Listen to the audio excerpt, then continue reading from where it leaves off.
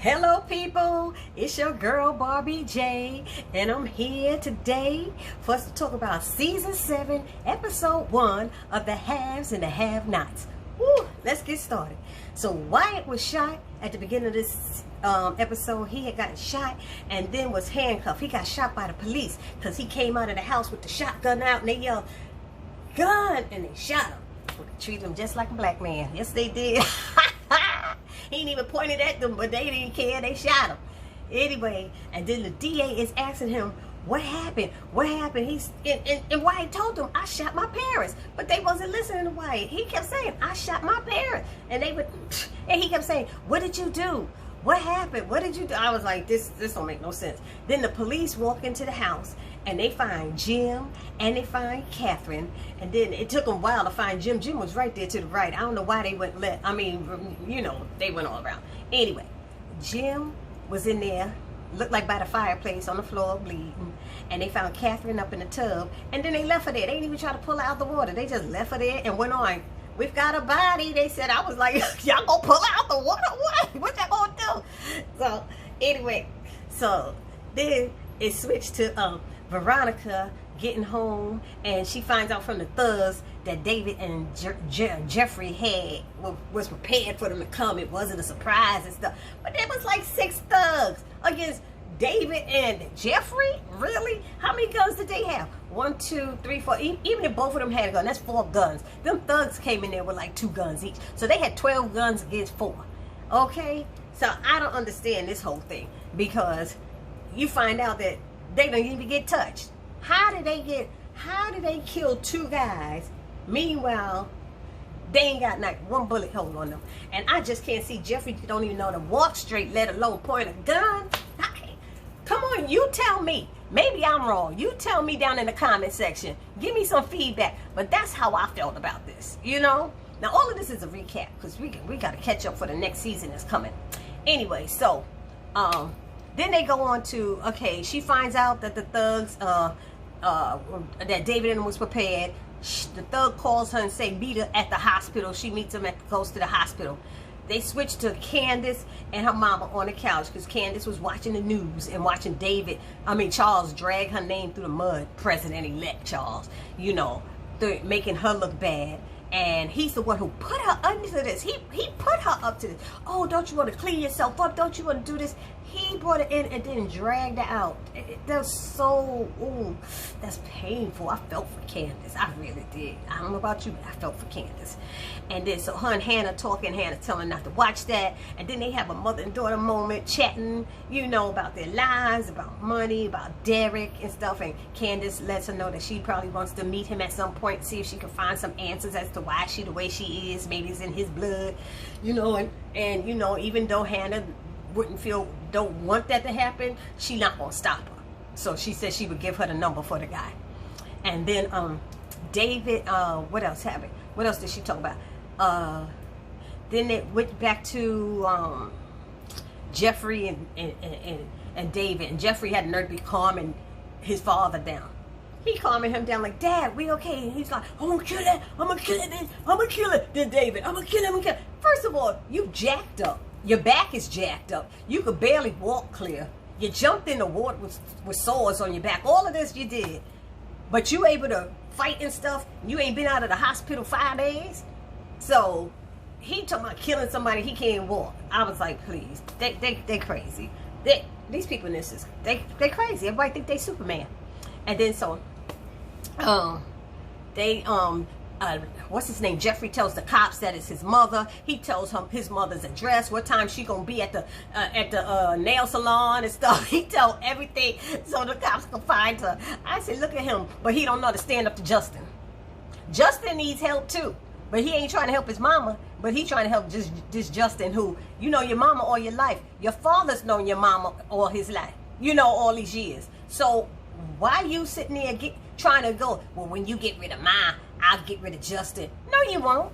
No, you won't. And he knew your mama before she was like this. You knew Justin while he was like this.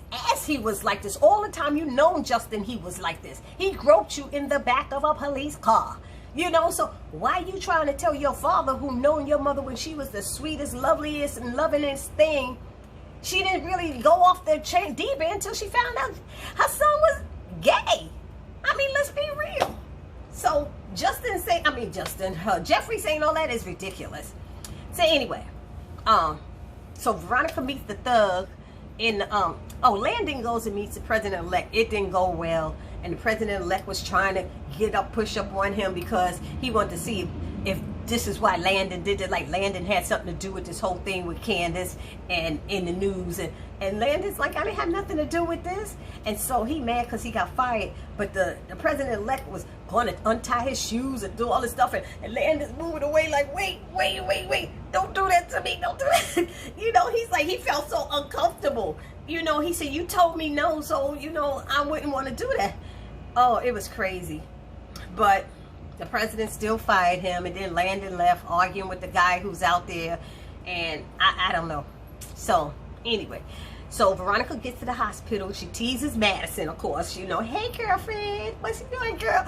Veronica gonna get her behind killed for sheezy, because she be messing with people too hard and too much. She gonna get it one day. But I think she like a damn cat. You know, she got 9 lives. I think Veronica got like probably 18 lives. Everything that happened to her, the knife stand, the drowning, and everything, she's come out of everything. Up in the truck, and you know, I mean, nobody can kill her. They can't kill her. So she teases Madison. Then the thug comes up, and they talking about he want her to pay for, you know, a funeral and stuff for his boy, his brother, and one of the boys, and all that stuff. And she's like, are you crazy? But then she said, maybe I could do that. You know, let me think about it. She said, but do me a favor, come in this room with me. And she go in there, Justin's room. Justin like about peeing his pants in that bed. He was about peeing his pants. He was so scared. And Madison come in there, you better get out of here. You gotta get out of here now. Now, you know, he got empathy, but you know, he had to defend that fool. I know he didn't want to defend that fool because he know crazy when he see crazy. He know that Justin crazy. You know, he's been trying to warn that damn Jeffrey, but Jeffrey is so tired, won't listen. He's so thick-headed, it's unbelievable. You know, so anyway, so Madison protects Justin. He throws Veronica and the thug out, and then Veronica gets home.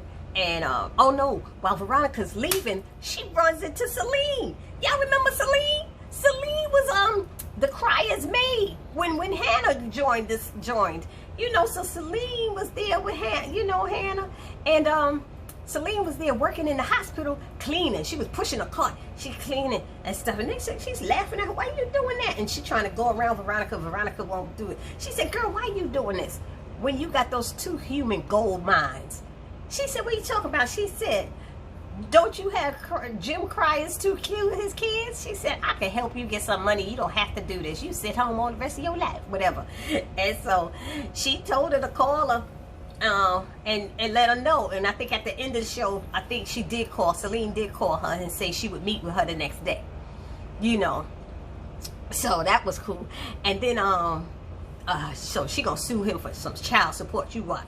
And so Mitch, then he calls Benny to go hang out that night with him, and he said, do Candace want to go? And Benny's like, you know, Candace probably want to stay low because her picture was all over the news, and I don't blame her because everybody gonna be talking about her. They gonna remember her for a long time, believe me, for a long time. So anyway, so that's what happens. But then while they're waiting for Mitch to come, because Benny's sitting there, and he still keep encouraging her to take the money.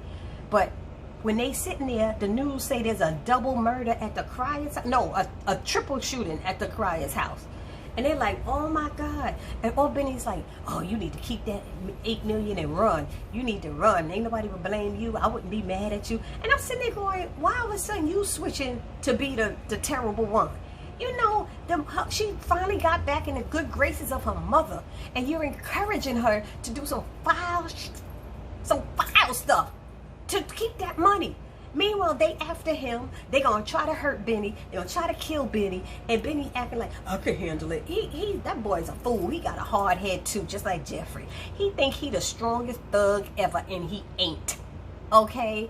Benny is not as tough as he think he is, and he tries to be, and he can't hang with them damn Cryers and Harringtons. He need to stop. But, you know, defending your mother's one thing. Telling your sister to do something that's not right is another. You know, I think he's wrong for doing that. Anyway, But that is how the season ended, with them seeing it on the news, and Benny and Candace wake up Hannah and tell Hannah there was a shooting. So of course Hannah tries to call Catherine, and Catherine's not answer. And then she said, well, I'm going over there. And she goes over there to the house. So that is the end of episode 1 of the Haves and the Have-Nots. And let me know how you feel down in the comment section, because you know a new season's coming. So I'm giving a recap of all these other different episodes. All right. So this your girl Barbie J. Talk to you later. Peace.